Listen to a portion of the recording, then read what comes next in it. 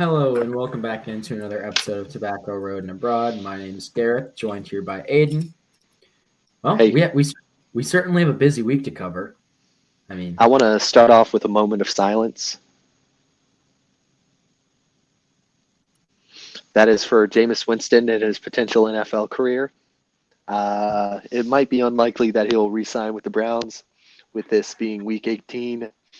But let's just give our best moments of Jameis Winston football. Hopefully, here's my thing: I want the Panthers to sign him as a backup. He'll be a very good backup for Bryce Young, in my opinion. Bryce Young's our QB of the future, but we need Jameis Winston for the morale and the TikTok content. But Jameis Winston catching the last 20 minutes of every blowout. Bryce Young dices up the Saints defense, and then Jameis Winston comes in the fourth quarter. I would love to see it. But my favorite Jameis Winston moment has to be with the Bucs, where he threw 30 touchdowns and 30 picks. Amazing work from Jameis Winston, as always. And the inspiration for our new award that we're going to start doing, the Jameis Winston Award, for the quarterback that throws the same amount of touchdowns as interceptions, or at least gets it close enough in that range. More on that later, though, when we get to award season. Oh, yeah, at the end of the award season. That'll be coming soon. That'll probably be after, the Super Bowl? I think it'll be the week before the Super Bowl. Week before the Super Bowl. Because everyone has their own, we need to do predictions for Rookie of the Year. No, we're not doing that here. What we're doing is we're doing our own special awards. I don't think we're going to be given the opportunity to present these awards to the players, but if somehow this gets across social media, I will do my best to try to give these awards to the rightful owners. We have awards such as the Tom Brady Check Down Player of the Year, the Jameis Winston Award, the O.J. Simpson Man of the Year Award, and much, much more. So look forward to that. And it could be a college or pro player that wins it. It doesn't have to necessarily be someone in the NFL. And another one I thought of, the CTE of the Year Award. I think I know who's going to win that. In honor of Antonio Brown. I think I know who's going to win our CTE award. I've got two finals that I can think of, or at least three. One of them was running away with it in my book, but it's anyone's game. There's one name I want to say, but it would be kind of low key disrespectful. But we'll mention that one off camera. So obviously the big thing. I think I missed a McCall. Oh God. What? My phone just rang. I think I missed a call. I apologize for that insensitive joke. Do we cut that? It's all good. We'll roll with it. But in great news, at least for the Panthers put the nail in the coffin on the Falcons' playoff hopes. The Falcons needed to win, and I think they needed a Tampa Bay loss. So I don't think they got either of those, but it didn't matter because they lost to the Panthers. Booster seat Bryce Young accounted for 5 total touchdowns in the overtime win. What did he throw for? He threw for 4 and ran for 1, or did he throw for 2 and throw for 3, run for 2? I forget what it was, but he absolutely diced up the Falcons defense. And while I will say this, I'm a big Michael Penix Jr. fan. I like his story's kind of nice. It's very bad. Possibly career-ending leg injury. Transfers to Washington, absolutely tears it up. Gets drafted. People are kind of down on him because I think his throwing motion's funky. But if you just mirror it, he looks exactly like every other righty that everyone glazes all over. Yeah. I'm just saying, if you slapped an SEC sticker on his helmet, that man would have won a Heisman. Most likely. Elsewhere in the NFL last weekend, there were some big things that happened. Obviously, the big one being the Bengals missed the playoffs. No matter what Joe Burrow did this season, he could not get any help. Bro was near perfect, and his defense just decided not to help him out. So I think that it's a was little bit BS. In my opinion, I think the Chiefs should have signed him for one game and one game only, so he could have at least played for the Chiefs and tried to secure the spot for the Bengals. But obviously that couldn't happen. But the Chiefs just pretty much just they're let's be real. The Chiefs Broncos that game. It was a good game by Knicks. I'll say that. It like absolutely diced up a Chiefs defense that was not. They didn't really want to win. I don't think the Chiefs really wanted to win this one, which is obvious because they already have the first seed locked up. They want to like make sure all their starters are healthy, but just devastating for the Bengals. I mean, you never want to like. First off, you never want to be in this position to begin with, where you need to rely on another team to win to secure a spot in the playoffs. So in that regard, there's no real excuse for the Bengals, especially for Bengals fans saying that they were snubbed. I'm sorry, that defense and the way they played earlier in the season just really wasn't conducive to like a very solid playoff performance. So in the end, I don't think the Bengals were robbed, but I do think that it's unfortunate if you're a Bengals fan, but yeah, at the end of the day, it is what it is. Yeah. Other big news. This team beat a playoff team this weekend. And in doing that, they got their first win in 12 weeks. Congratulations to the Chicago Bears for finally winning something and finally beating the Packers for the first time in God knows how long.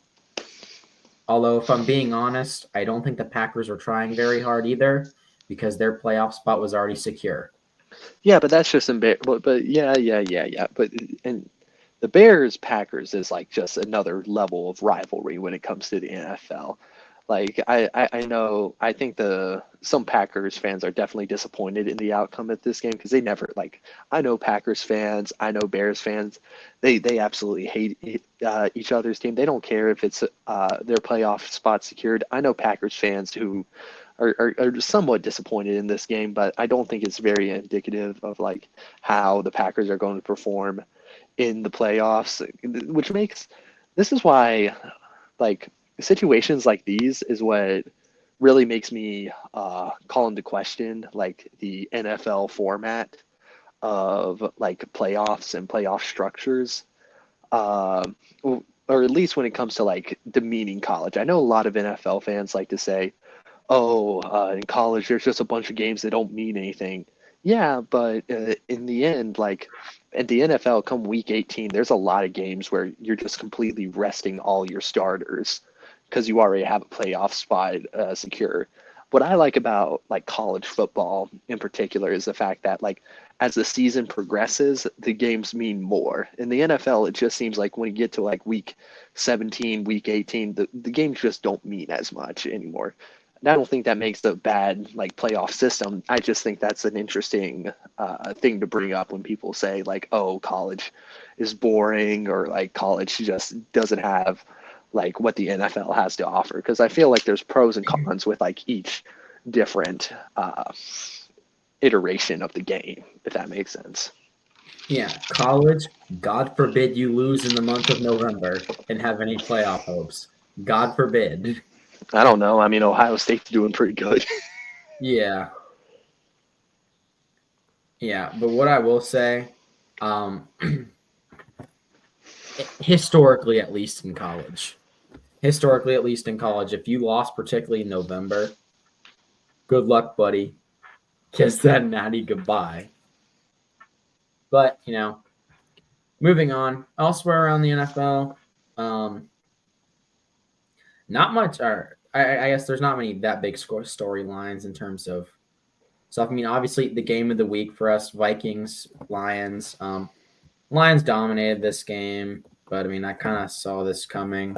I just think that Lions offense just beats you up so much. I mean, no one on the Vikings did particularly bad. They didn't turn the ball over. It's just they didn't score.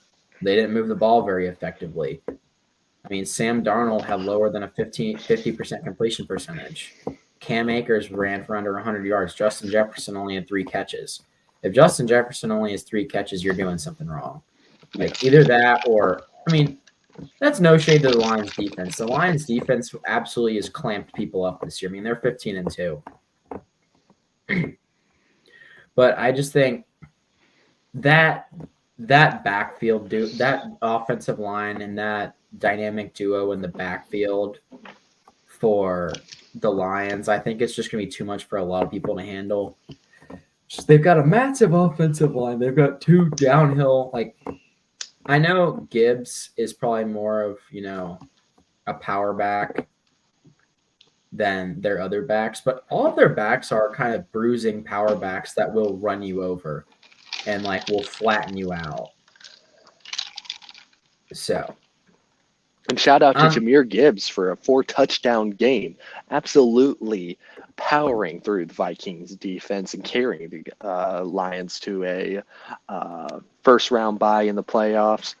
I'm not gonna lie, personally, I always thought the Lions were more productive when it came to the passing game, but this game for me really solidified my confidence in all aspects of Lions football, especially when it comes to the offense production. Just showing that they have a very powerful run game mixed with some very particular passing and very precise passing, I believe is the best word I could use to describe it. Just absolutely being able to air it out and just sling it down the field in a manner that is not reckless, but also still very productive offensively speaking.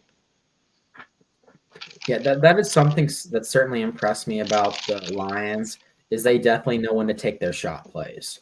Their shot plays are well thought out. And this is going to sound cliche, they almost come when you least expect it. So they're at least really effective when they do take shots. Yeah. Which is what makes them dangerous. When you've got 2 dangerous power backs who can just run you over themselves with that absolutely bruising offensive line, you're going to get beat by the play action pass because you really. This is like when you play essentially Boise State and Genty. You have to sell out on the run when you play the Lions. That's just what you have to do. You have to sell out on the run. That's going to leave your corners on an island. Yes, that's going to leave you with the 1 high safety, and they're going to be able to take deep shots left and right on you. But hey, to beat the Lions, you got to stop the run first and foremost. So, don't know what to tell you. Elsewhere, the Texans kind of struggle with the Titans. I got this one wrong, but I forgot Davis Mills was playing, so I don't know why I didn't think of that. Davis Mills, for those you don't know, very, very solid backup.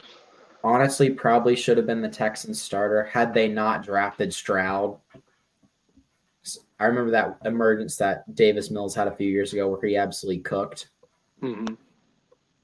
But, I do think Stroud's a better quarterback. I mean, Dameon Pierce did pretty much do most of the work in that game, rushing for almost 200 yards on the ground on only 19 carries, which that's absurd. That means he was averaging close to 10 yards a carry, which when you're averaging anything more than 4, that's considered a massive win. When you're averaging 10 yards a carry, that's just the other team's giving up. Yeah. The other big storyline I will bring up, it necessarily wasn't a score line, but following the Patriots went over the Bills, and yes, this is a Bills team that didn't play their starters, but the Patriots ended up firing their coach Gerard Mayo after only 1 year. I am honestly kind of shocked by this. I'm planning to talk to my friends who are Patriots fans this week, just kind of gauge how they're feeling about this. I thought Gerard Mayo was a smart guy, and I thought they were just kind of a victim of where they were. I thought they were in a similar boat to the Panthers. You and I wouldn't think about canning Canales at this point in the year, would you? Yeah. I know we're 5-12, but it's a step up from last year. Definitely. But, I mean, what are your initial thoughts? Do you see any logic here, or do you think this is kind of a knee-jerk reaction because they've been and I don't mean this in a mean, bad way when I say spoiled by success. Like that's not a bad thing. Like they have a high standard for their teams here in New England. But Yeah. I just want to know your thoughts. I was very disappointed in this firing. I like Gerard Mayo. I thought he was really good for the Patriots culture. Former player. It seemed to really be like kind of like the next guy up when it came to after Belichick. Like I thought he was the guy that they were going to be rocking with for at least a couple seasons.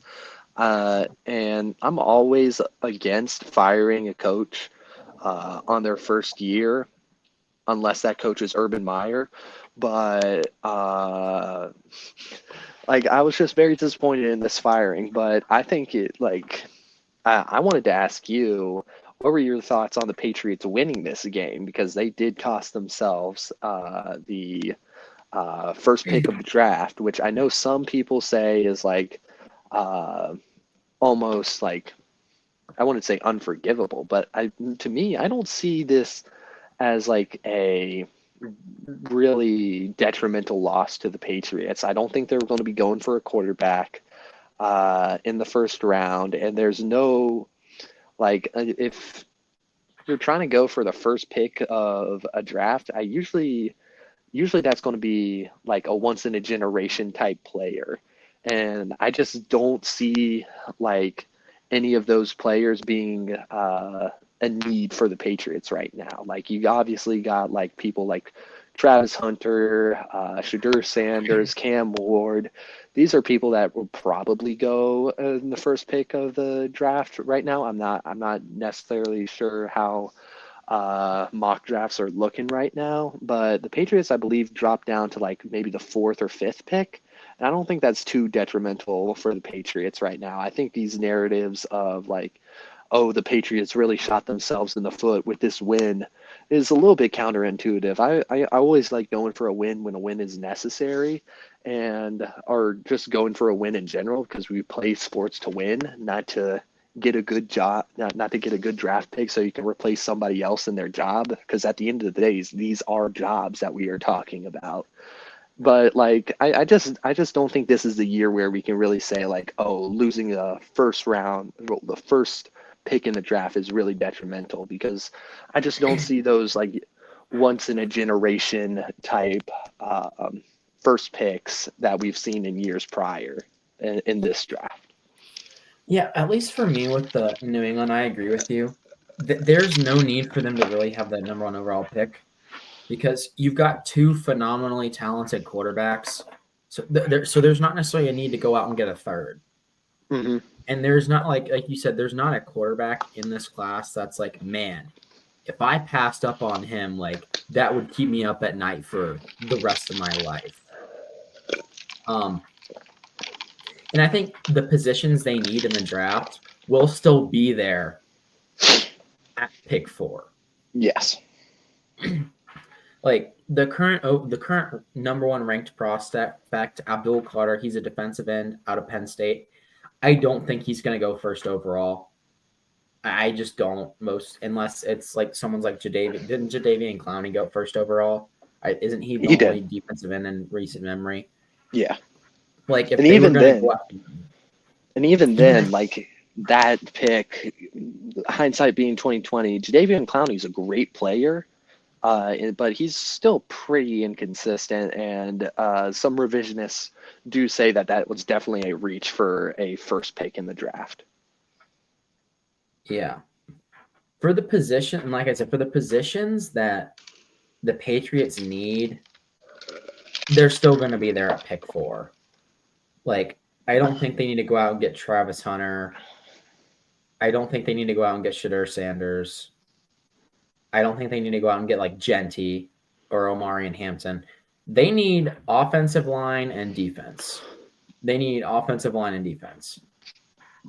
maybe could use with getting another weapon at receiver, getting a solid receiver for him. But there's no need to go out and get like a Travis Hunter. They can go out and get like an Emeka Ibuka. They could go out and get Evan Stewart, Tez Johnson, Isaiah Bond. Like they don't. It doesn't have to be someone who's necessarily in the first couple picks. What I will say the Patriots did learn from this game is, and I know it was within the Patriots game plan after Gerard Mayo's come out and said it, that The Patriots' game plan for this year is to have Jacoby Brissett start the season, have Drake May come in about halfway, which that is what happened. And then his plan was, if the playoffs are obviously not in sight, for the last couple of games he'd have Milton start. Yeah. But that's not what ended up happening. I think Milton only ended up starting the last game. Milton absolutely balled out. Granted, it was against probably a second-string Bills defense, but he did kind of absolutely ball out. I think he accounted for 4 touchdowns. If you are a Patriots fan, you do have something to look forward to next year. Whatever coaching staff is coming in, I think after the showing that Joe Milton's put on, is going to have to come up, has a decision to make. Not necessarily between Drake May and Joe Milton, but what are you going to do with Joe Milton? Yeah. He clearly shown he's a weapon. Do you want to give him to another team? Do you trade him for capital? Obviously, if, in off-season training, he, tightens up the race between him and Drake May, obviously, keep them, have them battle it out. But, and I think it's a good problem to have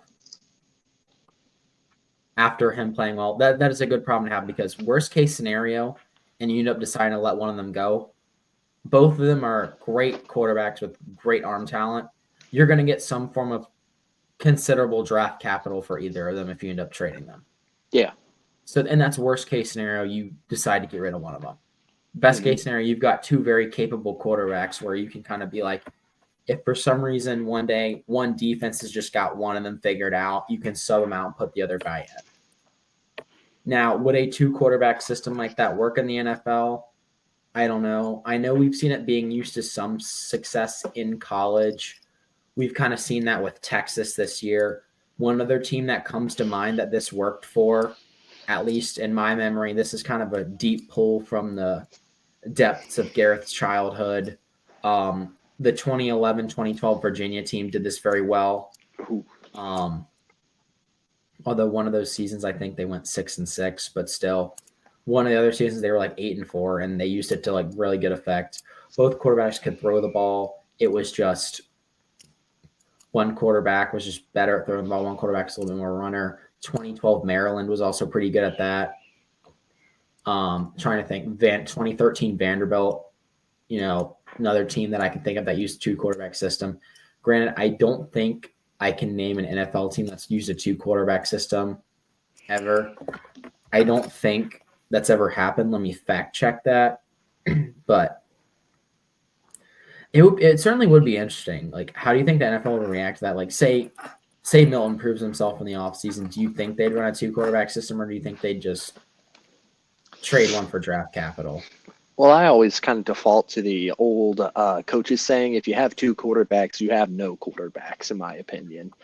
I just don't know how that it's going to really be cohesive for the locker room. The quarterback should be the leader of the team in good times and in bad times. You don't want a leader that's going to be forced out if it starts getting tough for them, in my opinion, especially if we're talking about the NFL, where these are professionals, and professionals are looking for a professional leader, especially when it comes to a quarterback position. I could be a little bit more open to the idea of a 2 quarterback system, but I'm just not too high on it, especially in my opinion. I think it's detrimental to a locker room experience if you don't know who your true leader is on offense, because the quarterback should be the leader of the offense.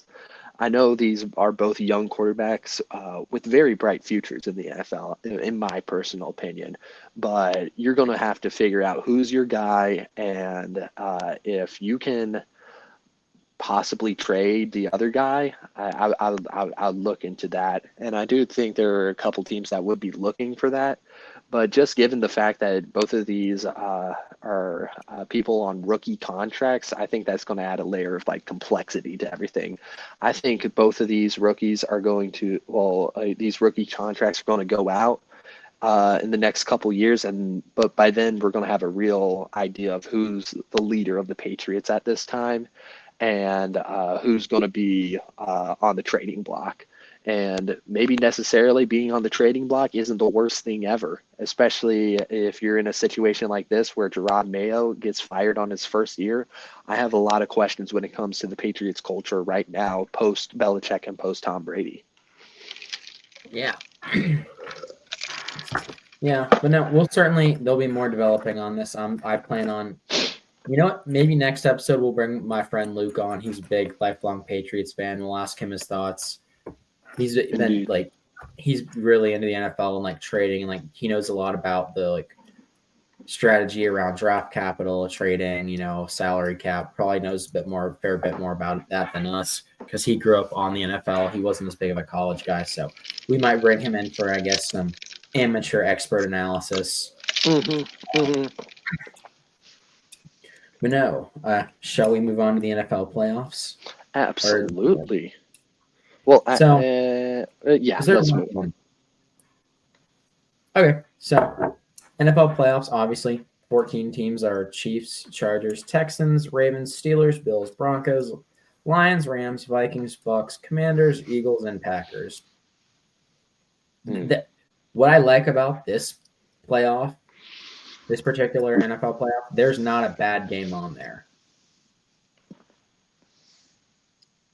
I can't find a bad game on there. I mean, there's certainly ones that are less interesting than others, but there's not a boring game. There's not a not interesting game on there. All those games have a level of intrigue. Like Texans and Chargers, winner of them probably gets the Chiefs unless there's another upset along the way. Ravens, Steelers, divisional rivalry. Buccaneers, Commanders, Eagles, Packers, Rams, Vikings. Possibly setting the Vikings up with another rematch with the Lions. Any particular matchups you like? Any predictions possibly? Let's go through them all. Let's go through them all right now. First one on deck. Let's go, I believe, in chronological order. We're going to be starting off with the Texans-Chargers. The Texans, in my opinion, just haven't been as impressive as I would like, and the Chargers offense is heating up, and I'm liking Harbaugh football right now. I really like just the offensive production of the Chargers, and I got the Chargers winning this game right here. I think they're gonna come away with the win, in my opinion. Yeah, the Chargers are a team I really like. In the beginning of the season, Aiden and I kind of talked about how we liked that Justin Herbert was winning, but he wasn't necessarily throwing the ball as much as he did under previous systems. Now, I will say, the Chargers do lean a lot more on their run game than they have in the past, but Justin Herbert's still thrown for 3,800, almost 3,900 yards, and is ninth in passing yards. He's got 23 touchdowns, which has him in the top 12, and only 3 interceptions. Which, honestly, I'd say those are solid stats for what people were worried about him being in a primarily rushing attack based offense. But I think it was just they were trying to work out the kinks, and they finally gotten the more pass-happy side of the offense. That being said, I'm inclined to agree that I think the Chargers, they're going to handily win this one. I don't think it'll be a blowout, but I think they will handle business, and I think it'll at least be decisive. It may not be a blowout, but it'll be decisive, and I think the Chargers will control this one. The Texans just have a tendency to come out flat, and when they play weaker opponents, they tend to play down to the level of their opponents, which is just kind of not a recipe for success in the NFL. So I've got the Chargers. Next game up on the slate, primetime game. Unfortunately, it's only on Prime Video, but still watching nonetheless. Ravens, Steelers. Steelers have had a great season, but in pure Mike Tomlin fashion, the Steelers have several game slides to end the season. So I've got the Ravens. The last 2 times these teams played, the Ravens handled business. In fact, I think both times these teams have played this season, the Ravens handle business, if I'm not mistaken. I mean, if I actually know, the Steelers won the first iteration of this 18-16, but then the final iteration of this in Baltimore, the Ravens took care of business. What are your thoughts on this game? I mean, obviously, division rivalry, two teams that absolutely just hate each other when it comes to football. I think Lamar is going to make a Super Bowl run this year. That's my opinion on this one. And I think the Steelers, like their performance, we've come to accept it. Like there's going to be a end of season slide for the Steelers, but I've yet to see that end of season slide amount to a comeback in the playoffs in a substantial manner. I like the Steelers offense at times, but sometimes like I think Russell Wilson just relies too much on the check down. I think Lamar and Henry are going to absolutely put the pressure on the Steelers defense, and I expect a big win for the Ravens. Yeah. History is kind of on the side of the Ravens, and I do believe to a certain extent sports history repeats itself. At least within the last couple decades, there has been a Ravens Super Bowl appearance every 12 years in which they've scored 34 points and won. So if that's any indication to who's going to win the Super Bowl this year, keep your eye out for a Ravens Super Bowl win while scoring 34 points. So keep an eye on that. And oddly enough, I think if Lamar wins the Super Bowl, I think he'll finally silence the haters and pundits on TV who like to call him a glorified running back. Glorified running backs don't throw for 4,200 yards and 40 touchdowns. Like that's like prime, like back when the NFL was like, the pocket passer, gunslinger archetype. That's those type of numbers. Mm-hmm. But he's been smart enough with the ball and has only thrown 4 picks all season. So call him a running back, call him whatever, but throwing for 4,200 yards is something to be said. That's something that means something. Yeah. Moving on, elsewhere, I guess we'll just go on down the line for AFC matchups. We got Bills-Broncos. For me, I like what the Broncos are doing. They're kind of on a magical run, kind of a magical rebound, if you will. But I've got the Bills here. I think the Bills are just too strong. Josh Allen and the Bills are firing on all cylinders. They've got kind of a really good balanced attack going, which is what makes them more lethal. I think in the past the Bills have been more one-sided and more one-dimensional and have relied too much on Josh Allen's throwing ability. But I think one thing that's really kind of helped open up the playbook for them has been using Josh Allen's ability to run the ball, because he's a power runner. If you go back and watch some of his tape at Wyoming, they did use him kind of as a battering ram. And if you go back and watch some of the film this year from the Bills, you'll see that as well. Obviously, James Cook, their running back, gets down on the ground. He had a 1,000-yard season. So solid back, averaging 5 yards a carry. So watch out for him. They've got kind of this nice balanced multiple attack that are really dangerous. I mean, obviously, no disrespect to Bo Nix. He's had one of the best rookie seasons ever in NFL history for a quarterback. Almost 3,800 yards, 30 touchdowns, 12 INTs. Not a bad season. I just think the Bills are more experienced, and I think it might just be Josh Allen's time. I think they may not win the Super Bowl, but I think Josh Allen's going to figure out how to win the playoffs. I have to disagree with you on this one. I don't know if I'm smoking crack. I don't know if I'm on that mile high right now, but something about this Broncos team. It's just something about the playoff Bills. I think the stars are aligning for the Broncos to upset the Bills in this one. I think I can't deny, like, statistically speaking, I do think the Bills are the better team in this one. They got home field advantage. It's going to be cold up in Buffalo, but just something about a rookie in playoffs always gets me a little bit, always has me looking. We saw this with Stroud in his rookie year. He defied expectations and was able to lead the Texans in some just some impressive ways in an impressive manner that he hasn't been able to replicate this year. But I feel like this rookie magic might be rubbing off on Knicks right now, and I just have the Broncos upsetting the Bills. It's just a gut feeling I have right now. I'm going with the Broncos. All right. Moving on to the NFC side of the bracket. The first game on the NFC side of the bracket, first game on the NFC side of the bracket we've got is Let's Packers, go Eagles, Vikings. Packers. Oh yeah, Eagles, Packers. Sorry, not Packers, Vikings. Eagles, Packers. 4:30 on Sunday. 14-3 Eagles versus 11-6 Packers. Eagles are a great team. I mean, obviously, any team with Saquon Barkley and A.J. Brown and Jalen Hurts is going to be Super Bowl contender quality.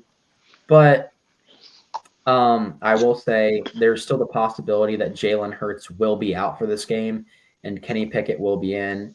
Kenny Pickett, solid backup quarterback, great college quarterback, but I just think without Hurts, I think this could be an ugly game, not in the sense of them getting blown out, but I think this will be kind of, that gritty, grinded out type of game that this would normally favor the Eagles, but because they don't have Hurts and Pickett is a competent backup, but I just think the Packers, they'll have all their pieces. While Jordan Love, their quarterback, is questionable, the coach is optimistic that he will play. Meanwhile, the same cannot be said about Jalen Hurts. There's no new information. He's still in concussion protocol as of this afternoon. And the game is in 2 days. I forget when the deadline for him to come out of concussion protocol is, but that is definitely something to keep an eye on. Game is in 4 days, actually. Oh, the game's in 4 days. I forgot. It's Wednesday, not Thursday. So the game is in 4 days. So still time to get him off concussion protocol, but I do know there's a deadline for that. So something to keep an eye on. But I do think with Hurts, that makes the game more interesting, at least. I think with Hurts, let me think. I'm honestly not sure about this one. I think with Hurts, it will make it not more competitive, but I think it will tip in the Eagles' favor. And if Hurts does play, I'm going to give this one to the Eagles. It's just that combination of Hurts, Barkley, and A.J. Brown, I think that's going to be pretty hard to stop for this Packers team. And this Packers team's no slouch. I just think this Eagles team's an absolute powerhouse. I'm with or without Hurts, I still think the Eagles win. I think the Eagles are just too solid on all sides of the ball. I like their defense. I like their secondary. I like the way they're able to defend the pass. And I think they have a real physical running attack that can help serve them in this game, especially early in the playoffs. I feel like the more physical teams are the teams that tend to show out more. And as the playoff progresses, the physical teams need to kind of evolve into more technical teams, if that makes sense. But right now, I believe the physicality is going to win this matchup. So I got the Eagles winning. All right, moving on. Elsewhere, up next, the next game on that slate is Commanders-Buccaneers. This is going to be one hell of a game. Tampa Bay Bucks, they're 10-7. I think they're a lot better than their record. They're on fire right now. Baker Mayfield's absolute wheeling and dealing. You've got the Commanders. They look great. They're wheeling it. What's his name? Jaden Daniels, wheeling and dealing. But Jaden Daniels, however, has been hurt as of recently. But Dan Quinn is not worried. He thinks he'll be back in time for the game. But this is the nature of football at this point in the season. Everyone's hurt. Everyone's battered. It's just about who's able to circle the wagons the best, who's able to push through, make that final push towards the Super Bowl. How good are you at getting your players healthy? How good is their recovery? We're just kind of in a brutal stretch of a year, absolute just grind. But I do think Daniels will be back for this game, but however, I don't think it'll be enough. Something out Bucks and home playoff games and very hot NFC teams that are, not necessarily Super Bowl favorites, but, could be favored to make a deep run. We saw it last year with the Eagles. Eagles went from Super Bowl contender to, contender to make a deep run to losing to the Buccaneers in embarrassing fashion in a road playoff game. I don't think this will be embarrassing. I just think this may be, and obviously Jaden Daniels has absolutely risen to the occasion this year, but I don't want to use the term lights too bright, but I think he may just kind of have an average performance, and I think that's might be what's going to do the Commanders in. Baker Mayfield, like I said, 4,500 passing yards, 41 touchdowns, 16 interceptions. This Buccaneers offense, it's high flying. They move the ball efficiently. Not necessarily anything fancy. They're just very methodical, and they're very purposeful with how they move the ball. And I think that'll be just too much for the Washington defense. And it's going to put a lot of pressure on the Washington offense. And I'm a little worried about them being able to deliver, not from a talent standpoint, just from a pressure standpoint with how young their offense is. I'm not saying Jaden Daniels isn't capable of rising to the occasion. It's just, will he? I think in the future, he will 100% be capable of rising to the occasion. I just think the pressure that this Bucs offense is going to put on the Commanders offense because of how bad the Commanders defense is, that's just got me raising questions about it. I like that take. I like that take a lot. I like the Bucs a lot. And I like the Commanders a lot. This is like my ideal conference championship, but just in the wild card right now. And that's why I like a lot about this matchup. It's no holds barred. Just put it out all on the line right now. It's going to be an offensive showcase on both ends. I like Baker Mayfield. He slices and dices defenses left and right. Jaden Daniels, rookie phenom, in my opinion. Like, I like Knicks as much as the next guy, and I've been harping on the Broncos' success as of late. Nobody has been harping on the Broncos as much as me because I'm the only one high enough to take the Mile High team and say that they can beat the Bills. But Jaden Daniels is my rookie of the year. He's in all intents and purposes a superstar in making, in my opinion. If the Commanders don't mess this up, we have another RG3. But what RG3 should have been with Jaden Daniels, in my opinion. But one thing about RG3 is his rookie year against the Seahawks. I'm saying history might be writing itself again. Wild card. Seahawks playing the Redskins at the time. Had a phenom in RG3. That was the game, I believe, if I'm not mistaken, that kind of derailed RG3's career, and it's what set the Seahawks off into the very prosperous future that was the Seahawks. I'm seeing hints of that in this game right now, with the high-powered offenses just going at it in this game. And for that reason, I'm going to have to go with the Bucs on this one. I just like Baker Mayfield too much. I like his ability to just make a clinic, make a NFL defense look like they're playing 7-on-7 football, in my opinion. And it's for that reason I think Baker Mayfield's going to have a great game. I have the Bucs winning this game. Yeah, and it's not that we don't like the Commanders. It's just, I will say I do agree with your take on that. This is looking very eerily similar to RG3. However, I will say Dan Quinn has been a lot more careful with Jaden Daniels and the instructions he's given him than that Washington staff was with RG3. RG3 was just football Derrick Rose. Let's be real. He was football Derrick Rose. But what I will say is they've been more careful about when and where they let Jaden Daniels run. They've essentially turned him into a passer first. They've told him, you may take off. It's like they've given him essentially like almost like a geometry proof that you do in high school. You may take off if and only if no one is open. You may take off if and only if they drop 8 and there's no one spying. You may take off if and only if you have a clear running lane with a path, with an escape route to the sideline where you don't get hit. Yeah.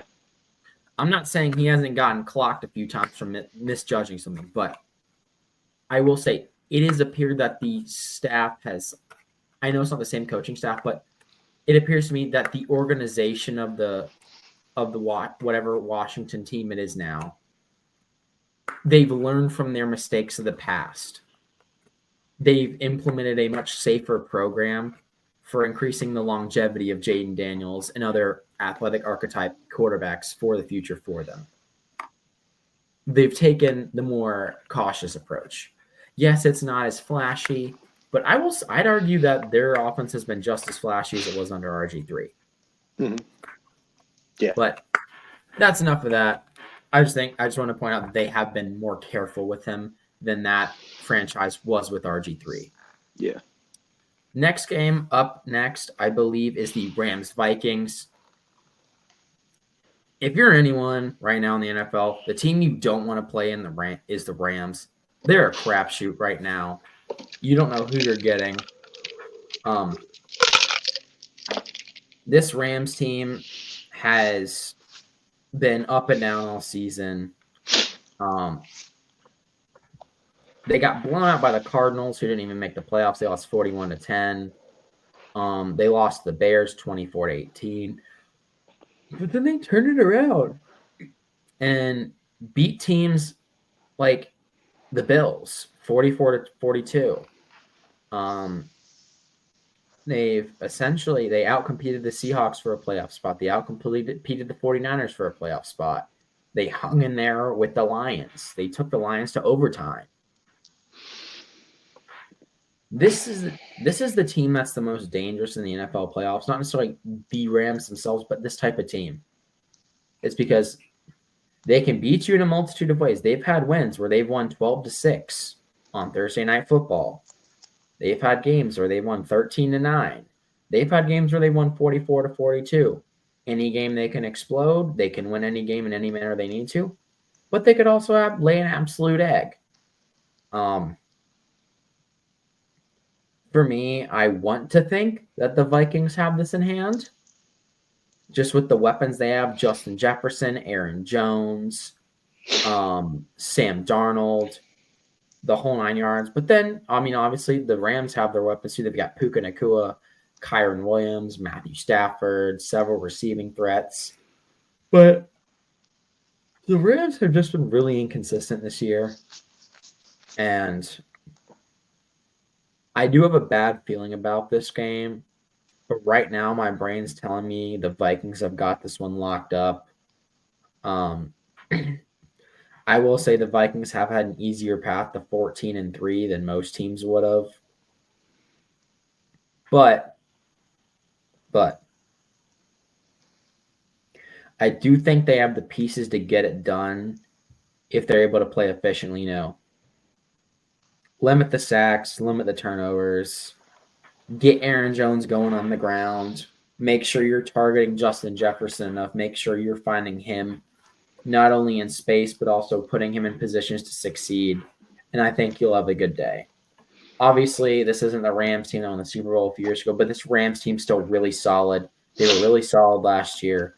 They've got decent pieces, and like I said, they've got the ability to turn it on at a moment's notice. But for right now, I've got the Vikings. I have questions about, is Sam Darnold playoff football material, in my opinion. He's had a great breakout year, a comeback year, in my opinion. And if the comeback player of the year goes to a person who wasn't suffering an injury, I know that's usually the typical narrative of a comeback player of the year. I have Sam Darnold as my comeback player of the year. He has led this Vikings offense to heights I never thought I could see with him at the helm. I don't know how he's going to be performing in the playoffs, though. Something in my gut saying Rams have been here before. this Ram, like the leaders of this Rams squad have been here before. We got Matthew Stafford at the helm. He's had an okay year. Nothing like really blow you off the stat sheet, but he's had a solid year. And I got to give a shout out to Kyrie Williams, Notre Dame alum. Notre Dame great in my opinion. Absolutely able to take the Rams running game and take it to great heights. We got Puka Nacua, amazing receiver. Do I pull the trigger and say that the Rams upset the Vikings? I don't know. But at the end of the day, I'm going to have to go with my brain right now, and I'm going to have to say the Vikings win this one. I do think Sam Darnold is going to show up this round. I think he's going to have a great performance, and I think he's going to silence the doubters when it comes to him being able to lead a football team in the playoff, in my opinion. Okay. That's all we have for first round playoff. Any early Super Bowl projections right now? I'm looking at either obviously the one everyone wants to see, Bills Lions, but I think one that could be slept on is Ravens Bucks. For me, Ravens Bucks. I like that matchup. I'd have the Ravens winning 34-29.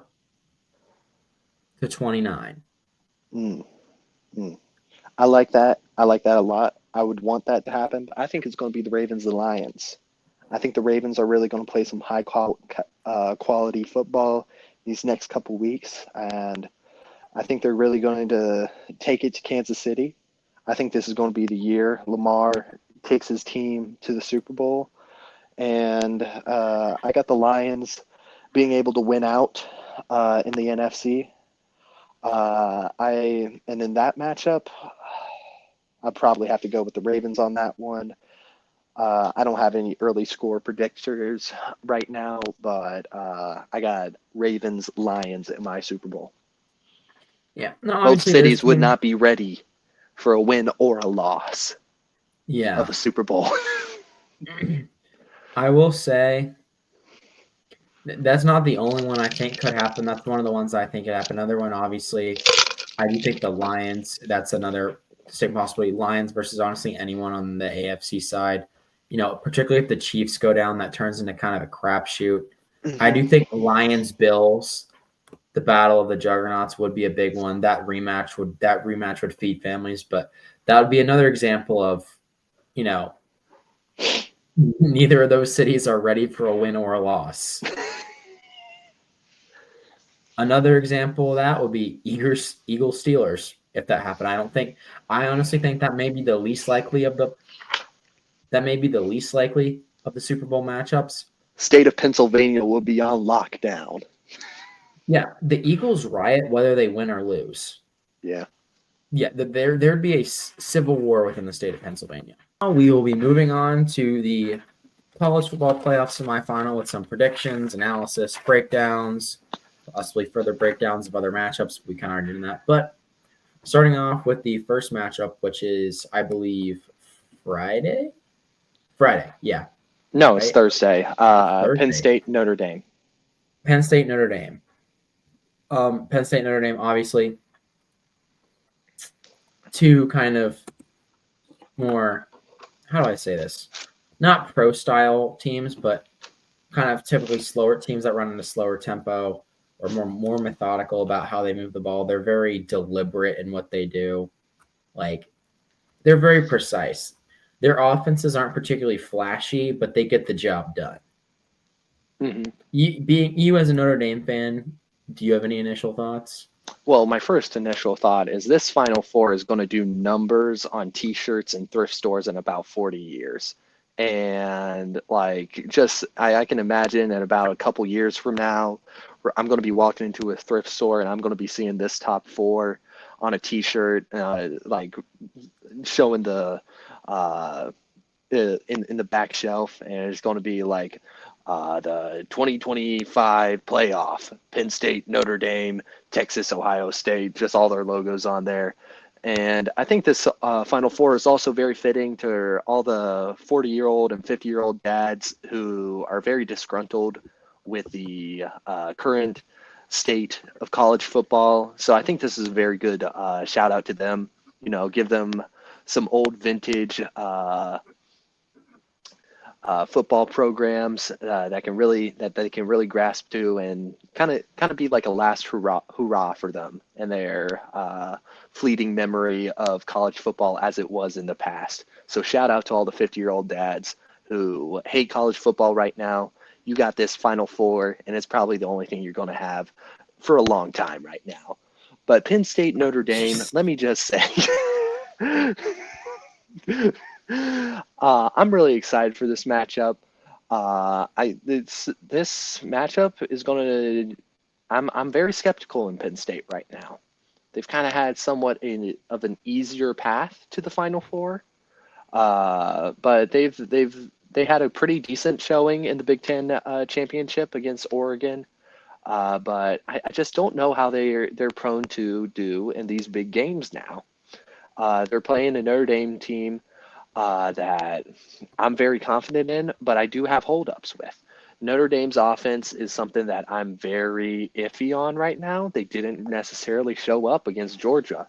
Contrary to popular opinion, most of Notre Dame's points came off the back of defensive play and defensive and special teams dominance from Notre Dame. And I would just like to see how Notre Dame's offense fares in this matchup. Riley Leonard, I'm not necessarily sold as him when it comes to passing. He's more of a runner, in my opinion. He's got some good stats when it comes to running, but he does have decent pocket awareness and has thrown for 18 touchdowns this season. But most of his threat comes with the legs. If Penn State's able to lock him down and keep him in the pocket, I think Leonard's going to have to be forced to make some plays with his arm, which I think he has the capability of doing, but I'm iffy on it. But love for Notre Dame on the rushing attack. I absolutely love this man when it comes to his style of run. He runs with he makes it look effortless. When you see him run, it looks like he's slow, but he's faster than every single player on the field. And I love those types of runners. I love the type of runners where it looks like it's so effortless. He moves with such fluidity and such technical ability that it makes it look effortless. And with him, running the ball looks effortless with him.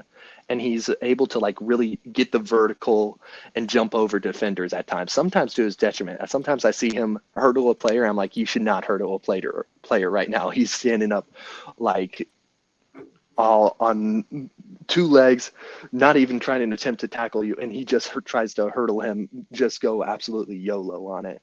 But I like Jordan Love, and I like Notre Dame's rushing attack on this one. If Leonard and Love are able to attack Penn State's rushing defense, I think it's going to be a long day for the Nittany Lions.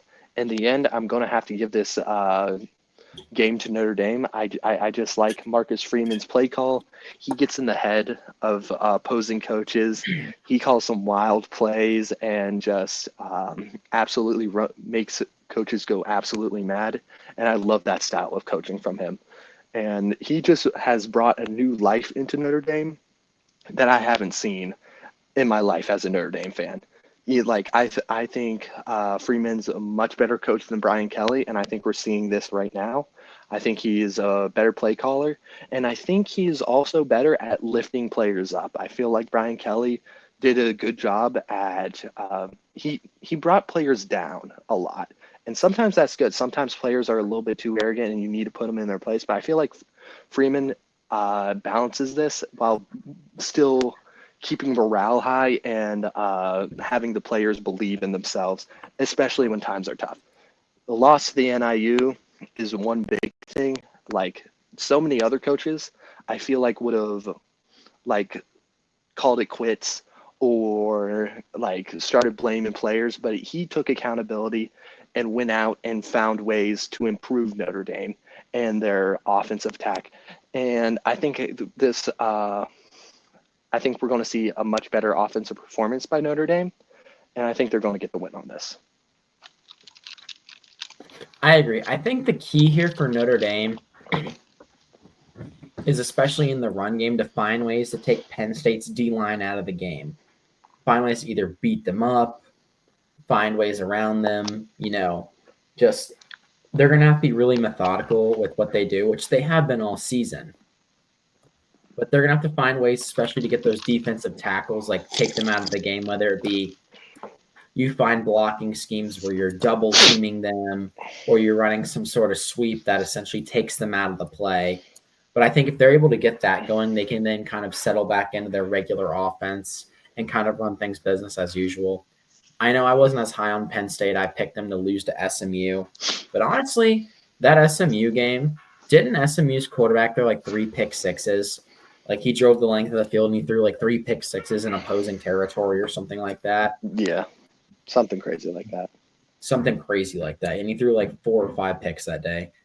I think this Penn State team is one of the more beatable teams in this playoff. And I know they just beat Boise State, but I think Penn State's one of the more beatable teams in this playoff. I got Notre Dame in this. I just think sometimes with Penn State's offense, there can be a lot of question marks. I know their offense did show up in the Big Ten championship against Oregon, but ultimately it wasn't enough. Their offense, I guess you could say, kind of showed up against SMU, but a lot of their points were defensive touchdowns to begin with. What else? I'm kind of a similar mind with Riley Leonard. Obviously, he's better as a runner, and his short to intermediate passing game is definitely better than his intermediate to long passing game. But I feel like a lot of Notre Dame's offense, at least when it comes to passing, is a lot of short, quick RPOs, and they don't ask too many deep shots of them. I do think one thing Penn State will try and do is essentially going to try and get them to force the ball downfield, or at least try and force him to take downfield shots. But I think Marcus Freeman knows that. I think he's going to scheme for it, and I think he's going to come up with a brilliant scheme to, get in James Franklin's head and essentially scheme those dangerous Penn State defensive tackles out of the game. Up next, we've got what I don't think this is going to be as close as people think it's going to be, but we'll go ahead and talk about it anyway. Ohio State, Texas. I'm not very high on Texas right now. I don't think they're bad. I think Texas is a very, very solid team. But I just think Quinn Ewers this year has not been the Quinn Ewers we've seen in the past. And I'm not saying he's not going to not go to the draft and he's not going to get drafted. No, that's not what I'm saying. I'm saying that I just think with how he's played, with how this Texas team has played this year, I think this is a perfect storm for them with how this Ohio State offense has been playing. If Ohio State offense plays Ohio State ball and plays with, that finesse, the sweeps, flashy football, I think they'll be fine rather than trying to just, outmuscle someone. If they play their game, I don't think Texas stands a chance. And I think Texas may even in this case get blown out. I think Texas does have a great offense. I mean, obviously they have Isaiah Bond. They've got Quinn Ewers. But I just think Ohio State's offense has been so efficient lately, and Texas hasn't, that I think this potentially could get kind of ugly for Texas. I'm not saying it's going to be blowout, but I'm saying it's got blowout potential for Ohio State. But I could be wrong. I hope I'm wrong. I hope it's a good game, but I've got Ohio State by a sizable margin in this game. I got Ohio State in this game too, but I do want to bring up one point. I think there's going to be a regression in the dominance of Ohio State, and I think there's going to be a progression in the efficiency of Texas. I think we're going to see an evening of the odds right now. I want to bring it back to Texas' matchup. Texas was winning a very dominant game in the beginning against ASU, but I feel like at the end, I do think the team with the better players won the game. I'm not saying they won the best; they played their best, but I do think Texas, on all sides, was a more solid team than Arizona State. Arizona State was basically carried by Scadaboo, and Scadaboo had a generational game against Texas in the Peach Bowl. I think that was a once in a lifetime type performance we saw by Scadaboo. And before that, so let's take that into consideration. Texas had a dominant win, in my opinion, against Clemson. There were times where it was a little bit closer, but overall, Texas was very secure in the totality of that game. And I think their performance in the playoff has been overall kind of uh, been overshadowed by the absolute sheer dominant run that Ohio State has been on. With Texas, they've been winning their games, and they're in this position for a reason. I feel like we're being a little bit too harsh on Quinn Ewers right now. I feel like we're being too harsh on Texas overall. I think fundamentally they're a very solid football team, and they deserve to be in this position right now. And I think they're going to have a prime spot to attempt to win this game. But I do think in the end, I think Ohio State's just going to edge it out in the end. I think Ohio State is not going to be as dominant as they were against Tennessee and Oregon. I think there's going to be a slight step back. That doesn't mean that I think that Ohio State's going to be falling off a cliff. I think they're going to slow down a little bit and be more smart with the football. And I feel like this generational 2-game run that they've been having, I think they're going to slow down a little bit. I think they're going to have a dominant win over Texas and a decisive win, but I think Texas is going to be putting up more of a fight than a lot of people are giving them credit for. Exactly. And when I say blowout, I don't necessarily mean like complete belt to ass like Tennessee. I'm thinking like maybe 41-27, like 38-21, like 2-score game essentially. And I think got a it'll one-score game. 1-score game. And then like Notre Dame game for me, I've got Notre Dame 20-9. I don't if Riley Leonard doesn't essentially throw a pick six, I don't think Penn State scores an offensive touchdown in that game. I think Notre Dame's defense is just too dominant. But like I said, I do agree with you. I do think Texas will definitely step up for this because I definitely think Texas knows like they're coming up against a team where they have to play their best game. I think Texas always kind of knew they were going to beat Arizona State. I think this game will be a game where Texas realizes, hey, this could for real be the end of the line. And in an ugly fashion if we don't bring our A game. Yeah. So I've got Texas 41-27. Or it's not Texas. I've got Ohio State 41-27. While we're on the topic of college football, I figured I'd, just give a shout out to North Dakota State winning their 10th FCS national championship. Actually, the only NCAA national champion we'll be crowning this season because technically the college football playoff is not NCAA sponsored. So congratulations to your NCAA football champion, North Dakota State, winning their 10th one since 2010. Aiden and I were talking about prior to the show. It's time to move up. Every other national champion since 2010 has moved up to FBS, except for South Dakota State and North Dakota State. JMU and Sam Houston State have moved up. If you go back even further, the previous FCS national champions since 2000, Georgia State, where are they? FBS. Georgia Southern, where are they? FBS. App State won a few in the early 2000s. Where are they? FBS. Liberty may not have won them, but Liberty came close. Where are they? FBS. Kennesaw State, I think, came close at some points. No, they didn't. They had a few seasons where they were close. What, back in the 90s? They didn't even exist in the 90s. I don't know. My point is, I'm just saying, the majority of national FCS national champions since 2000, not named North Dakota or South Dakota State, are now in FBS.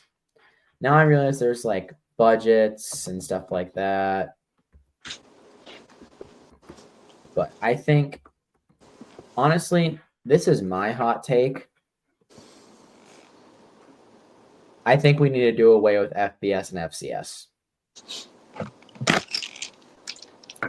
I think we just need to completely do away with it. Yeah, there's like gaps in scholarships, but there's already such a gap in the scholarships with NIL at this point that does it really matter? Like, oh, sorry, I missed one. In terms of teams since 2000 winning one, my bad. My bad. Delaware won one. But oh wait, no, never mind. They're moving up. They're moving up. Let me think. Let me look. Who else has won one since 2000? Richmond. Okay, I'll give you that. They didn't move up. Villanova. Yeah. They're not going to move up yet.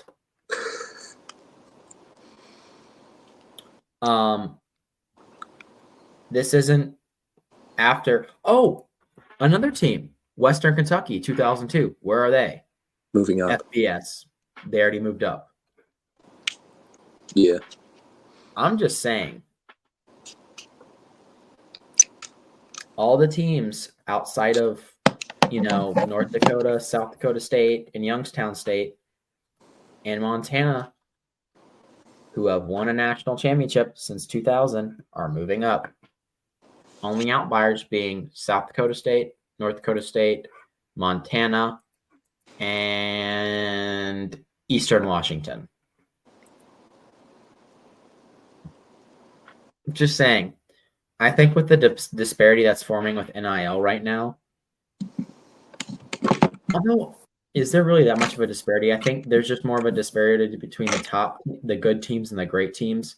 But I think there's a great evener among the rest. I think it's bringing about such parity that I feel like we can do away with FCS because the great teams are just going to be so much more dominant because of the money. But I think in turn that's going to help kind of, the mid teams because, you can have all the 5 stars in the world, but, you can only put 11 of them on the field at once. Yeah. So, where are they going to go? But, what else? At this rate, with how the Mountain West, Conference USA, and all these lower FBS team conferences are evolving, they're pretty much just becoming the new FCS at this point. The FBS is just letting anyone in at this point. So, with the Mountain West, at this rate, they're just going to create a super FBS, and it's just going to be 40 teams. We're heading to an inevitable 40 team super conference. I'm not saying I like it, but that's just the way I see it right now, and it's unfortunate to see, but I would like to see North Dakota and North Dakota State and South Dakota State and Montana State all move to the FBS, just because I think it would be better for brand exposure. But I do see a reason why they want to stay. If something's good and they're dominating in a niche right now. We all know who the Dakotas are right now because they're in FCS, because they are the way that they are right now. And we just look at them and go wow, they're really great. What if they were to go to the FBS right now? Part of me thinks that they went to the FBS, they'd be cool for a couple seasons, but after a while, they're gonna be on the same tier as I don't know, a San Jose State, maybe a little bit better, But I think like just brand wise, it's better for them to stay in the FCS right now. Would I like to see them go to the FBS? Yes, of course. I want to see more North Dakota State football on like a national scale. I don't want to go to ESPN Plus to watch a North Dakota State game. I don't want to have to. I know a lot of fans don't want to have to deal with the like. It feels a little icky delving into the FCS for a casual. I like delving into the FCS, but for like casual fans, they kind of like view the FCS like, ugh, like that. I don't want to watch that. I just want to watch FBS football. But it's a very interesting topic. Whether we should demand that they go up to the FBS, I think it's getting to the point now where that might need to be the case because I do think it is like hindering the growth of some other smaller FCS programs that they can't get up there into like the national championship level because you got these big bullies on the top that are like big fishes and very small ponds. But it's a very interesting topic that I think is going to be explored as the years start rolling and realignment starts becoming on the more and more of the forefront of the national conversation. Yeah, I will say I will give them credit. I do think they will be better than like a San Jose State. I think worst case scenario they'll be kind of like an App State, where like they're the cool trendy team for a few seasons. Like they'll jump up and beat a ranked team here and there. But I think that's like their worst case scenario. I do think with the branding that they have going on, I do think that will give them an edge in their jump up. Yeah. Like I think that'll be similar to a JMU. Like how JMU moved up and they've like JMU hit the ground running and hasn't looked back. Yeah. Minus this season, App State has hit the ground running and hasn't looked back. Yeah. I think they'd be more along those lines. Now, do I think they'd be national title contenders? Obviously not. But I think they'd hit the ground running a little better than San Jose State did when they moved up. Or did they move up? Or at least I feel like their success would be better than San Jose State's. Like I feel like just with even if it is at the FCS level, to win 10 national championships in 14 years, you got to be doing something right. Yeah. I mean, hell, some of the best quarterbacks in the NFL history were FCS quarterbacks. And this isn't just like when they were playing against like, the laundromat or the local army or the local armory for the Marines. Like, I mean, what was Flacco? Was Flacco Delaware? Yes. Flacco was Delaware. Jimmy G. I mean, obviously not a great like going down in NFL history, but Jimmy G, solid quarterback for the 49ers. IEU, Trey Lance, solid backup. North Dakota State. Carson Wentz was a great starter in the NFL for a few seasons. Basically took the Eagles to a Super Bowl and then died right before it for Nick Foles to come in. Carson Wentz, North Dakota State. I forget who it is. Like, there's one running back from Lenore Ryan that got in Division II North Carolina, got drafted relatively high in a draft a few years ago. I think if you have that level of repeated success, like, even if it is at, like, say, even the Division II level, you're doing something right. Like Ferris State. They've been the Division II national champion for like a couple years in a row now, Division II football. They are doing something like statistically, they have to be doing something right. Like whether it be like the winning culture, like, successful coaches, great players. When you are that successful, you have to be doing something right. So I think if we were to at least force the Dakota schools to move up, they would hit the ground running a little better than other teams would have. Because, honestly, JMU had just a few national championships within the 2010s. I think they had 3 or 4. They didn't have like basically 10 and 14 years. Like 3 in 10 years is still pretty good. Like I'd still say that's like not dynasty level, but you're getting there. But 10 and 14 years, like that coaching staff's doing something right. If they're able to lock and reload every year. Speaking of realignment, I do have some devastating news. The Mountain West is imploding, guys. No. NIU NIU is moving to the Mountain West for football only. With UTEP, I think, right? Or is it UTSA? Maxton's dying. Have no fear, UMass is returning to the MAC.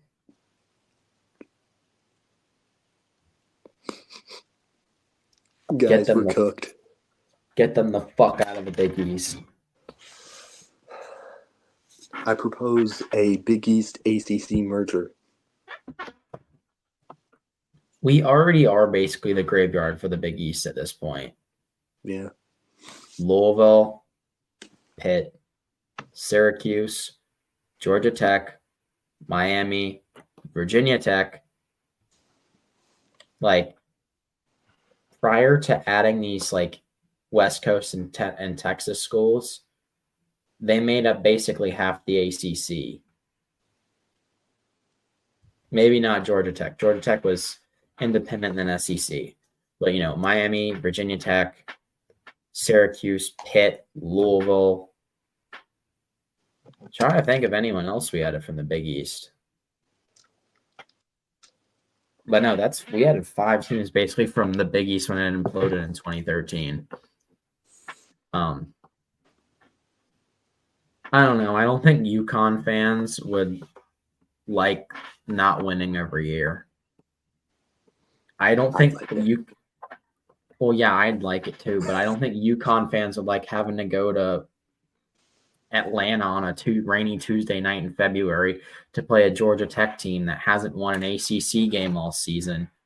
Or, decides to give them a scare. But they decided tonight's the night. Aiden and I said it a few weeks ago on the podcast.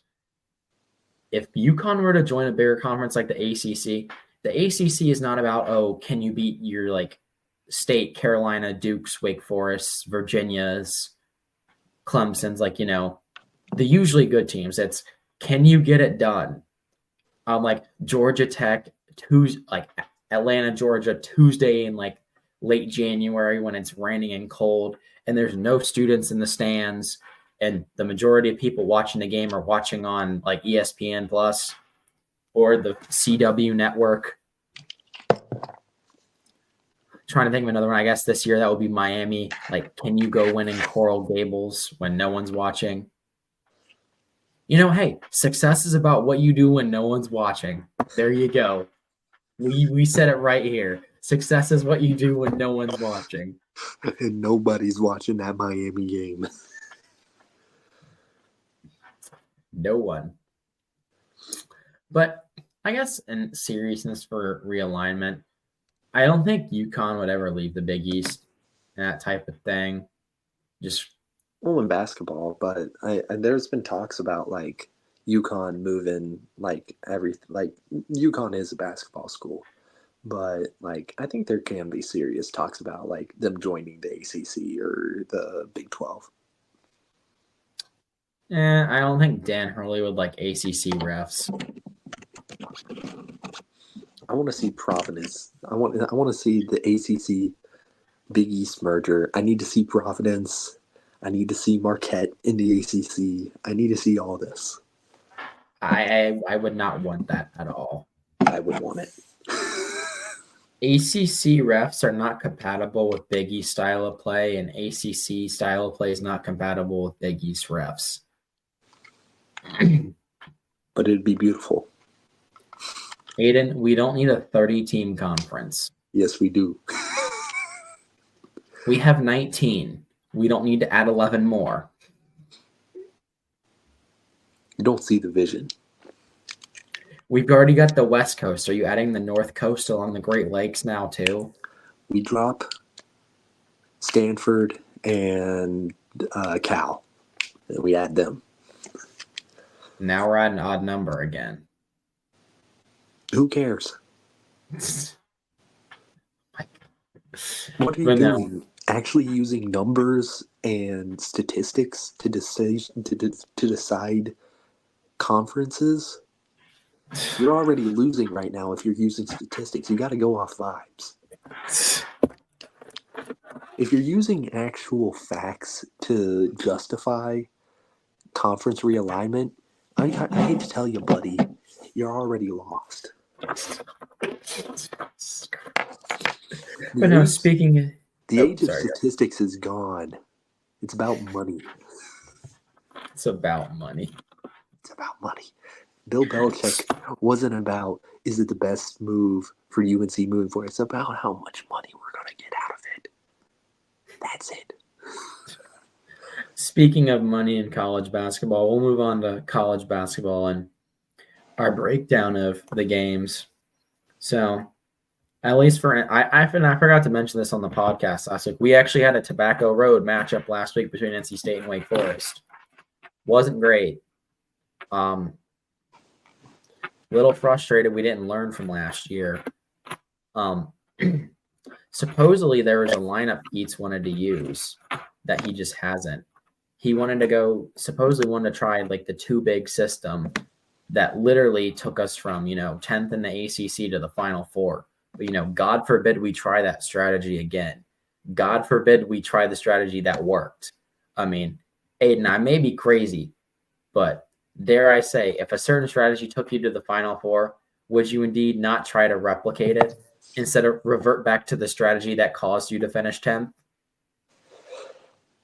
I mean, if you're in charge of a basketball team and they're not playing well, but then you decide to make one tactic, you decide to throw your ego out the window, and you decide, hey, I like this offense that I've been using, but it's just not working.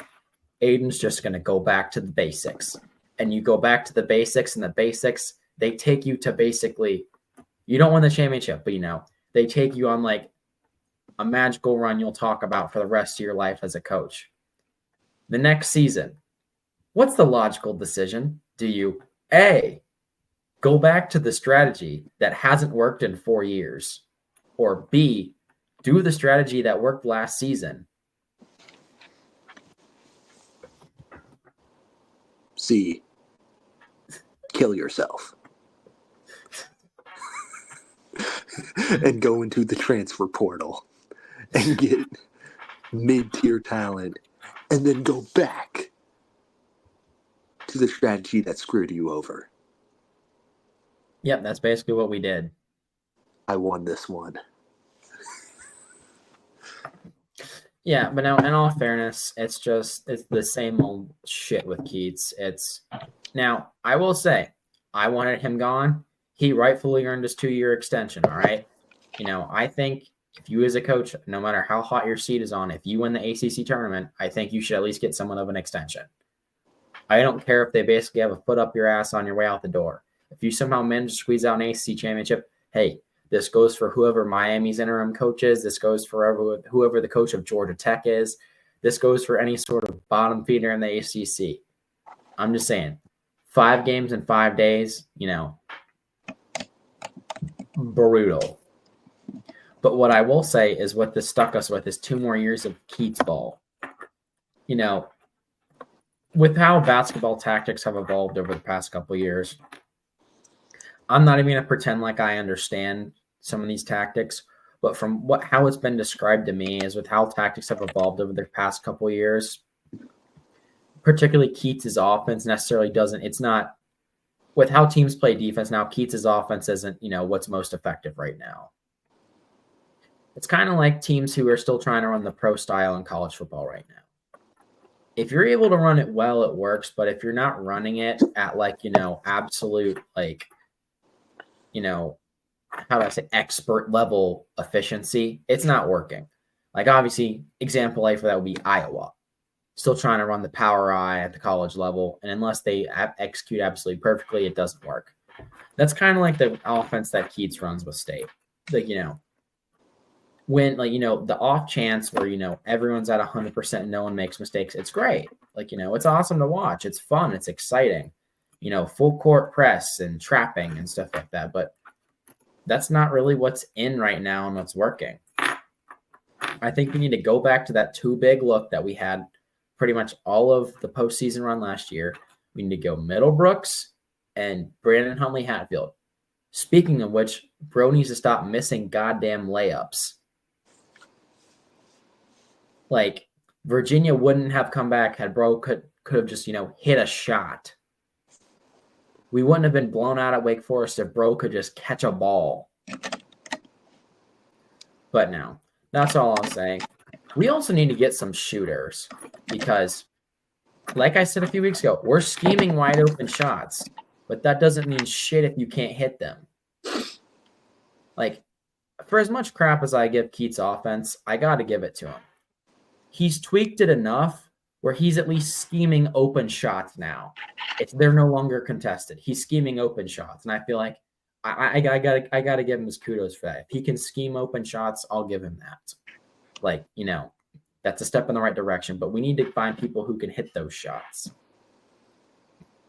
And I know, like, a lot of people, like the old heads in basketball, will say, if you're taking good shots and they're not falling, they will.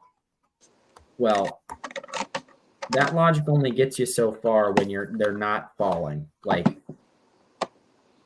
NC State's kind of in panic time. We're kind of getting down to it where, like, unless we go on some magical run in ACC play, we're going to have to go on some magical run in the ACC tournament. Like, we're getting down to crunch time here, and it's not looking great, particularly after that Wake Forest game. But got a few quad one opportunities left. We got Carolina this weekend, so they got stuff they need to focus on and clean up before that. But what's your take on Carolina's past couple games?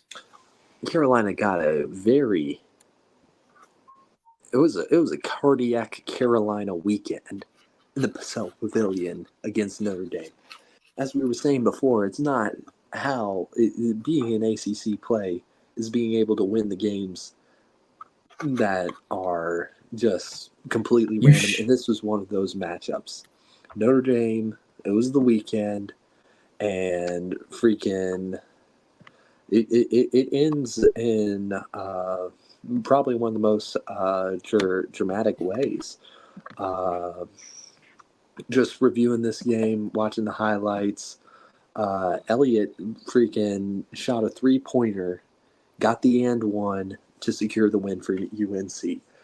Absolute good performance on all fronts. A little close in the end, letting Notre Dame back into it, and they had the game dead to rights, but being able to just edge out a win like this in such a convincing manner is in such a heart-throbbing manner is really good for UNC, and it was a good kind of game that reinvigorated a lot of life into UNC, which brings me to tonight's game, which was UNC versus SMU.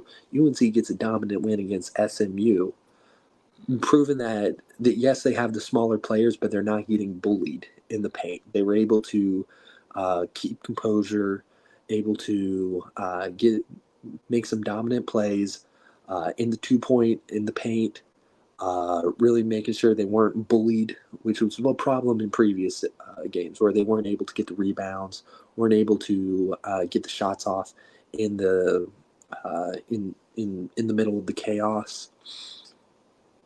I really like UNC over the past couple of games. They're really starting to kind of show more life right now, and I think they're shaping up pretty good in conference play. And I like the way they're looking going into NC State this weekend. If we can get another great performance by Jackson, that'd be great. He's been really taking the team as a leader, being able to score almost 30 points on any given night and get the rebounds and that are necessary, which is a point that I had issues with earlier in the season. But if we're able to prove that even though we're not the biggest team, we're still able to be dominant and physical, I like the way UNC is shaping up right now. I forgot to mention State does have a game against Notre Dame tonight. Well, now it's tonight. I think we need to kind of use this as a get-right game.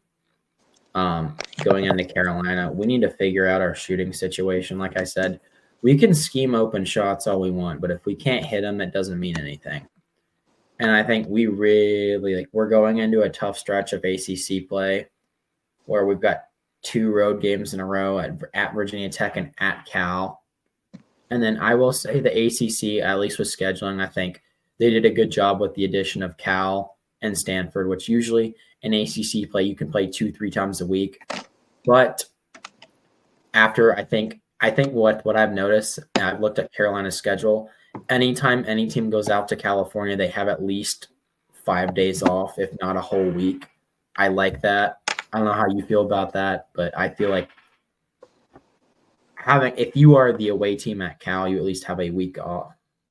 Wait, are we at Cal twice? Oh, wait, no, we have a week off after Cal comes to us. That's odd. Okay, never mind. I stand corrected. NC State only has 3 days off in between. Oh, that's why. Never mind. I misspoke. Sorry. Disregard that. NC State has Cal and Stanford 3 days apart, but they're both road games. So there we go. But like I said, NC State's going into a really tough stretch of their non-conference schedule. We've got Carolina this weekend on the road at Virginia Tech, Cal, SMU, and then Duke on the road, which that's going to be an absolute fucking joy to watch. And we don't get Duke at home this year either, which is kind of maddening. I think we should be playing them twice. But like I said, if NC State can just hit shots, I think it'll be at least a good game against Carolina if we can hit shots. If we can't hit shots, I think it's going to be like the last couple games where we had a 12-point lead against Virginia, but then we just couldn't hit stuff. We just couldn't hit shit in the second half, which was very frustrating, to say the least. Then Wake Forest. Similar vibe to the Kansas game. Wake Forest blew us out in the first 10 minutes. Kind of, that middle 20, 10 minutes leading in a half, 10 minutes out of the half. We kind of hung around, and then, we stopped hitting stuff. We need to find ways to finish games, and we need to find ways to just keep it rolling. And we're going to have to find ways to pick up some pretty impossible-looking wins here to finish out the season, unless we want to have to go basically essentially, I guess, sudden death the rest of the way out, which is not something we want to do. But I guess elsewhere in college basketball, I'll talk about Providence. Providence lost to UConn this weekend on the road at number 11. Providence blew a 14-point lead on the road. I didn't get a chance to watch it. I was working. I don't know what to say with this team. Yes, I'm frustrated with where NC State's at. It's frustrating that we can't hit open shots. But at least NC State's scheming open shots. I forget if I brought this up after the Marquette game. There were 6.5 minutes where Providence didn't get a fucking shot up. NC State's not great this season, but at least they can scheme a shot up. If you can't scheme a shot up for 6.5 minutes, I'd rather go watch the Little Tykes basketball game down at the local Salvation Army up here. They can put up more shots in 6.5 minutes than Providence can. I don't know what to say about this team. Yeah, they're the number 11 team, but we lost by 3 on the road. We blew a 14-point lead. We were up 43-29 a minute into the second half. We were still up 9 with 10 minutes to go. And then UConn went on a 20-0 run in a span of 4 minutes. How do you let that happen? That's just disgusting. UConn only had 2 more made threes than us. There's absolutely no excuse. We outscored them in points in the paint. This Providence team's not looking good. They are no bueno.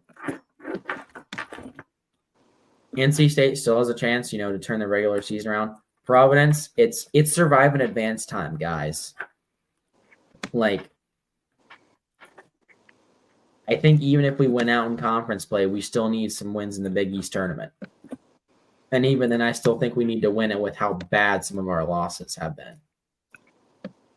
Like I said, NC State's not having a great season, but they didn't lose to St. Bonaventure at home. No shade to the Bonnies. Anyone on that team could out-hoop me, like, probably better basketball player than I'd ever be, even if I tried for like 80 years. Don't get me wrong. But St. Bonaventure at home, getting embarrassed by URI, like, we've lost to 2 mid-major teams this year. That's if we as a program want to take the next steps forward and become a leading in basketball, it does not start by losing to URI and to St. Bonaventure. But that is all I'll say on Providence. Do we want to highlight some other games that happened tonight? Because there have been some AP poll rattling games that have occurred over the past 2 days. Yeah. The biggest one being number 1 Tennessee. My God. I thought I had seen it all. Tennessee, oh boy. And you'll know what I mean when you see it. Yeah. It was not pretty. Yeah. Tennessee finally came up against their first ranked opponent. They lost 73-43 on the road to the number 8 Florida Gators. Tennessee shot 13% from the field. It was not good. They had 12 turnovers. Tennessee only made 12 shots the entire game.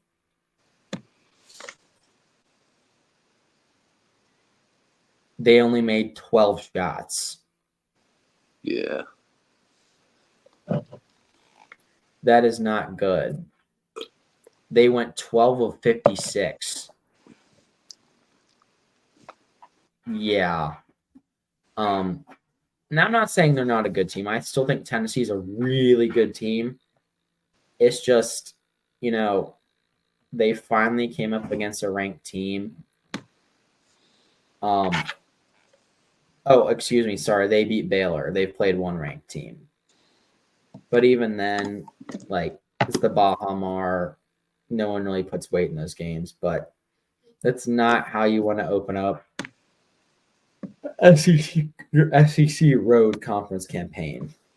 Any thoughts on this game, or is this just the score kind of says it all?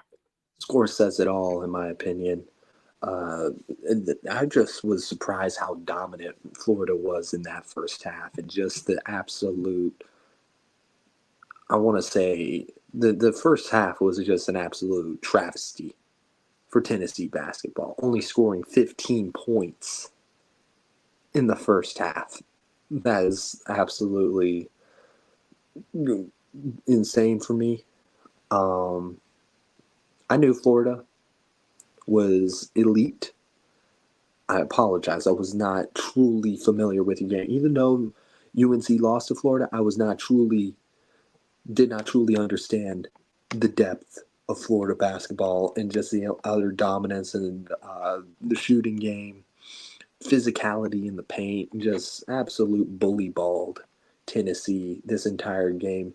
And Tennessee just unable to hit the shots. It might have been just one of those nights where the shots didn't lie, but damn if they didn't lie. This was an absolute horror show, nightmare for Tennessee fans, and just shows that Tennessee is human and they're not this dominant team, as dominant as we might have thought going into the season. Like, I know 14-0, now 14-1. That's you just got to move on to the next game at this point.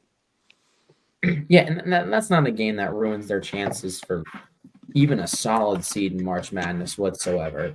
No, of course not. Road conference games in the Power 5 for basketball. It's no longer the Power 6. Road conference games, no, it doesn't matter if you're a really good team in your conference going to a really bad team. Like Aiden and I said, it's not just in the ACC where you've got things, can you get it done on a Tuesday night in Atlanta? It's just, can you get it done in those midweek games where you're the favorite, but the other team has nothing going for them other than the fact that they want to make you look bad. So, but like I said, no ways does this ruin their season. Like they've got a whole conference play ahead of them. Elsewhere in the SEC, Georgia absolutely puts the beating on Kentucky, number 6 Kentucky, 82-69. I think this is just another case of, a ranked team goes into a hostile environment where everyone in that environment wants you to lose. This Georgia team's solid. I'm actually surprised they're not ranked. This Georgia team is 13-2, but Georgia really has only had a few challenging games this year. Their previous ranked matchup, or excuse me, they're out of their previous 3 ranked matchups. They've been blown out in 2 of them. They got blown out by Marquette, and they got blown out by Ole Miss. However, they do have their one lone ranked win over a very, very good St. John's team, who is probably the favorite, in my opinion, to win the Big East, at least in my opinion. I don't think UConn's going to do it. I think St. John's going to get them this year. But elsewhere around college basketball, much else happened tonight. Pitt took care of business, or Duke took care of business against Pitt. Louisville pulling off the upset over Clemson. While that was a home game for Louisville, it's just that Clemson team is hot. That Clemson team went to the Elite Eight last year. I really thought they were going to be a little bit better than they have been, but who knows? Louisville could be back. So let me see. Was there any other notable games that took place tonight? Number 21 West Virginia got absolutely blown out at home by Arizona. This is an Arizona team that's just, I don't want to say bad. Inconsistent's probably the better word for it. But this West Virginia team lost by 20 at home to Arizona. Is Caleb Love still at Arizona? I believe so. Buddy didn't even play. Oh, yeah, he played.